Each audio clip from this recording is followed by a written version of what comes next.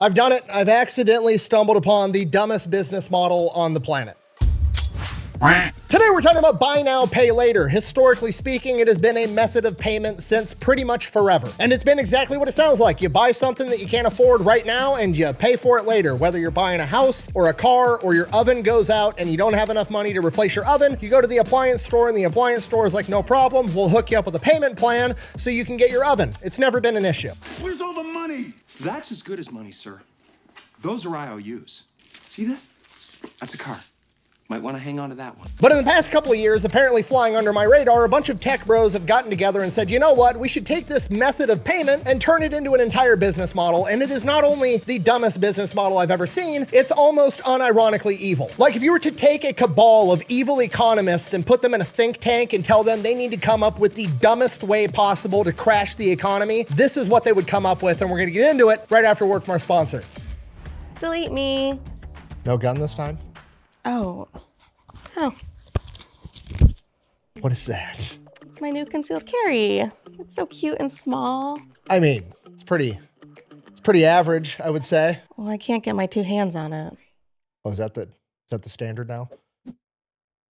All right, here's the deal. Super simple, straightforward business model. You give them money, they turn around and make sure that data brokers on the internet aren't selling your personal information. What does that even mean? Okay, here's the entire internet and every free service on the planet inside of a nutshell, okay? There's a saying, if you're not paying for the product, you are the product. What that means is pretty much anything on the internet that you use, that's a service, whether that be Google, Facebook, Instagram, Snapchat, all of it, okay? It's all an app. So one of two things is happening. They're either gonna feed you ads, and that's how that company makes money since their service is free, or they're going to collect your personal information, then turn around and sell it to data brokers on the internet, and then they're going to turn around and sell it to whoever buys it, and next thing you know, you're getting 17,000 robocalls every single day. And that's where Delete Me comes in. They will look through all the major data brokers and find the ones that are selling your personal information and submit opt-out requests on your behalf, and then they are legally obligated to comply. And then they'll continue to monitor these data brokers, and if they get your information again, Delete Me will submit an opt-out request again. Basically, you're paying Delete Me to get rid of all the downsides of all of the free stuff on the internet, which I think is absolutely worth it. If you want to check them out, I'll have a link and a discount code down below. Let's get back to the video. All right, moment of transparency. I had no intention of making this video. I didn't even really know that these companies existed or how they functioned until recently. I went to order something off of DoorDash, a pizza for me and the family, and I was presented with payment options. Those were Apple Pay, a credit card,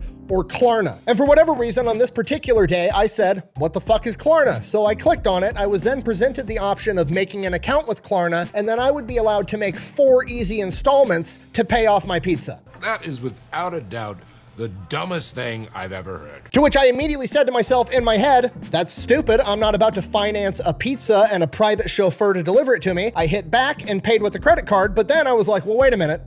I technically did just finance a pizza and a private chauffeur to bring it to me because I paid it with a credit card, right? I'm buying it now and I'm gonna pay for it later when I pay my credit card statement off at the end of the month. So what the fuck is the difference between Klarna and a credit card? So I looked into it, and guess what the difference is between Klarna, Afterpay, Affirm, all these buy now, pay later tech companies, and a credit card? Basically nothing. Credit cards are regulated. These companies are barely regulated, and they're nowhere near as regulated as a credit card. Same, but different. But still same. Now, obviously, these tech companies insist that they are different from credit cards. That's why they're not getting regulated as credit cards. So let's just go ahead and go over both and see if we can see any difference whatsoever. Credit card companies primarily make money in 2 different ways. One, if you don't pay off your balance at the end of the month, they charge you like 26% interest, and they make money off of the interest. Okay, pretty straightforward. Everybody understands that. Way number 2 credit cards make money that less people understand is they act as a payment processor. So what that means is every time you swipe your credit card at a store, they are going to charge the retailer between 1% and 3% of the total purchase amount every single time you use your card. So if you go to Walmart and buy $100 worth of groceries, Walmart is going to end up paying $3 for that 3% of a processing fee. And then if you don't pay off your bill, they're going to make interest on top of that. Those are the 2 ways that credit card companies make money. Now, Klarna and all the other buy now, pay later companies are totally different because they make all of their money off of processing fees, but instead of charging 1% to 3%, they charge 3% to 6%, aka double what a credit card charges. And then they give you a 0 interest loan for 30 days. And if you don't pay it off,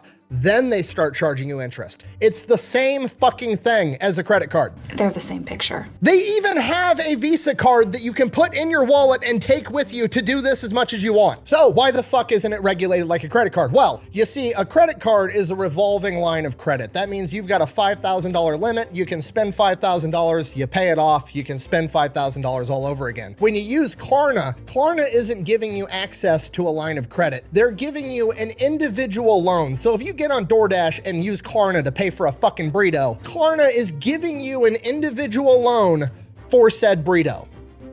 Good Lord, pay it off today. Pay it off. And you can avoid interest on that loan by paying that loan off in full in 30 days, exactly like a credit card. Or, unlike a credit card, you could sign up for their payment plan where you make 4 payments over the course of 6 weeks and you'll still avoid interest. But if you go with that payment plan, each loan is gonna come out of your account on its own schedule. So if you buy 30 things off of Klarna, you've got 30 loans out there auto withdrawing from your account on whatever random dates those payment dates are. So basically Klarna is running 30 transactions a month to get all their money out on 30 different days, making it very, very hard for the average person to keep track of how much money they owe and how much debt they're actually in. It sounds like a simple shakedown, simple as that. Okay, just so we're all on the same page, their entire argument is, yeah, we're basically a credit card, but we're a really, really shitty, inconvenient credit card, therefore we shouldn't have to play by any rules. But don't worry, it gets worse. You see, when you apply for a credit card, they actually run your credit. And if you buy a bunch of stuff on a credit card and then you pay it off, it increases your credit score. That's a lot of the reasons that people go and get credit cards at a young age, to build credit so they can hopefully buy a house in the future. These buy now, pay later companies, on the other hand, they don't run your credit. So you can buy a bunch of shit with these companies, but it's never going to improve your credit score. But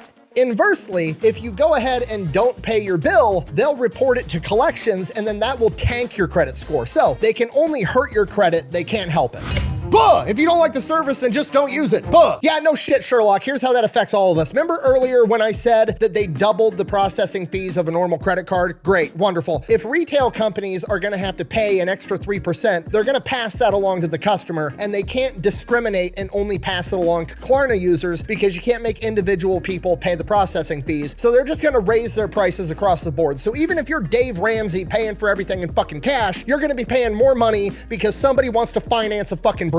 Which raises a question, why would any retailer want to use Klarna or Afterpay or Affirm or any of these other buy now, pay later companies if they're charging more money for the processing fee? Great question. This is where it gets evil. You've probably seen these in a checkout where it's like you could pay the $100 for your purchase right now, or you can make 4 payments of $25 and still get what you wanted right now. Okay, now to some of us that seems stupid because $100 is $100. Whether you take it from me right now or next Tuesday, I'm still paying $100. What's the big deal? But there's a ton of scientific research that has gone into this, and when you spend a bunch of money, it activates the same part of your brain that is your pain response. It is borderline physically painful to spend a lot of money. So there's a huge chunk of the population that, as long as they see that lower amount in what they have to pay right now, they're 20% more likely to make the purchase, and they're 30% more likely to spend even more money.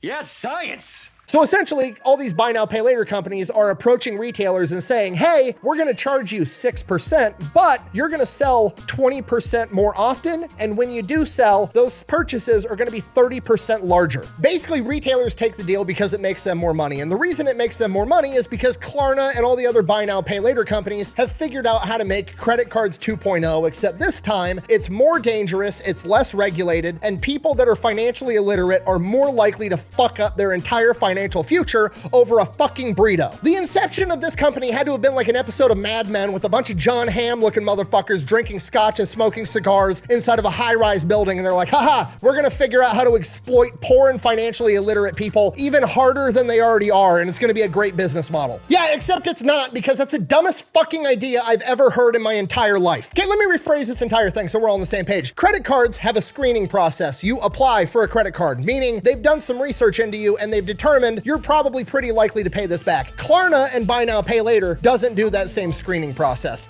at all. So they're giving lines of credit, essentially, individual loans on burritos and fucking pizzas to people that probably can't afford to pay it back. You wanna know how I know they can't afford to pay it back? Because they're taking out a payment plan on a fucking burrito.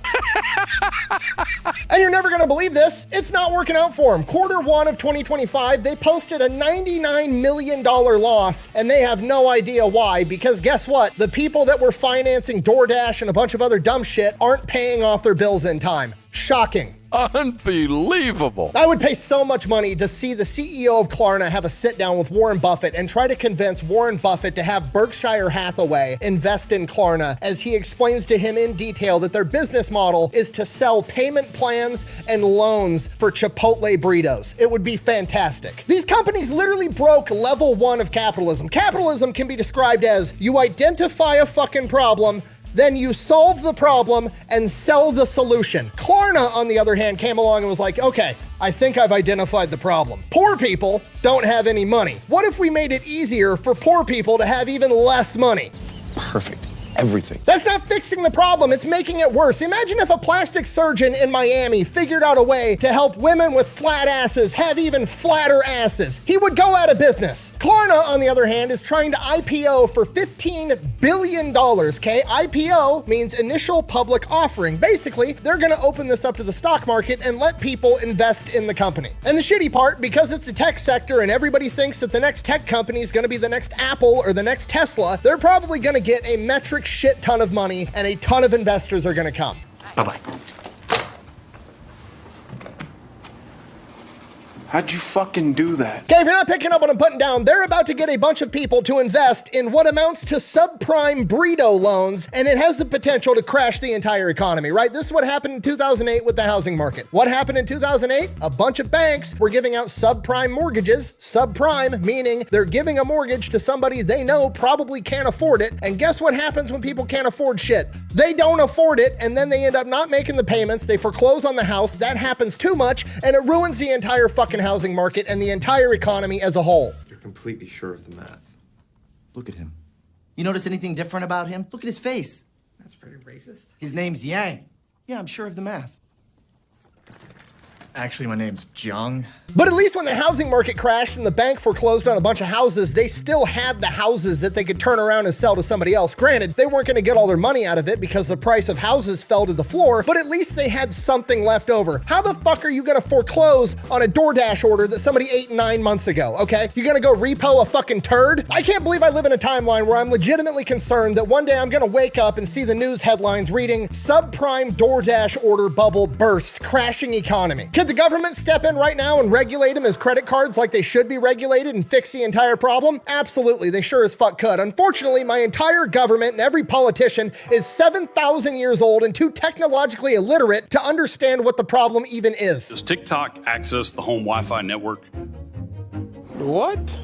How do you sustain a business model in which users don't pay for your service? Senator, we run ads.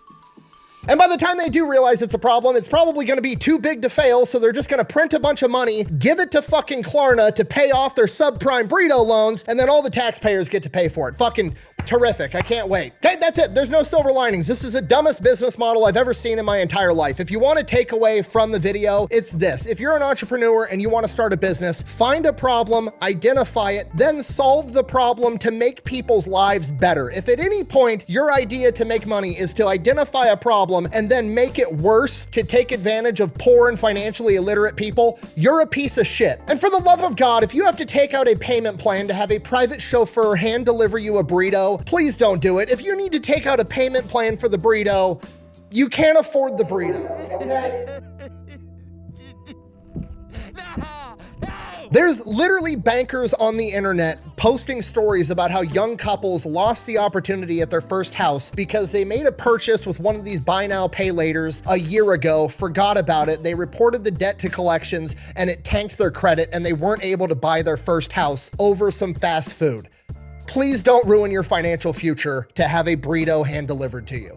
Buh! DoorDash is a necessity for some people. You're just a rich YouTuber that doesn't understand the struggles of the average person. Buh! Okay, pause. I know what you're thinking. Fat Electrician is taking this keyboard warrior thing too far. He's making straw men. Surely nobody is actually arguing that DoorDash is a necessity. You're incorrect. I like to probe topics before I make these videos to see what the keyboard warriors will say, and this is a real opinion that popped up on the thread.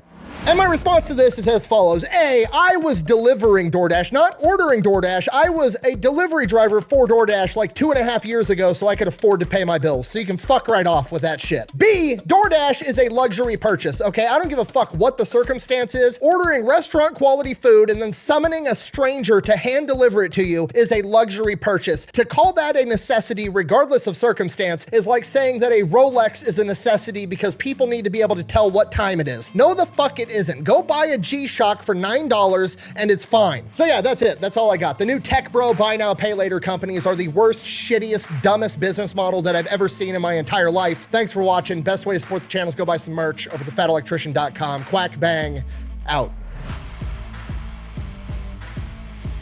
I'm gonna get a cease and desist. I can feel it already.